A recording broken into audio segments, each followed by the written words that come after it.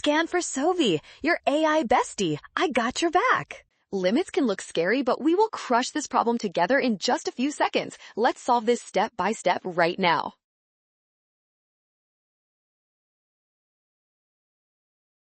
First, check the form by plugging 0 into the expression. The numerator becomes 1 minus 0 minus 1, which is 0. Since the denominator is also 0, we have 0 over 0.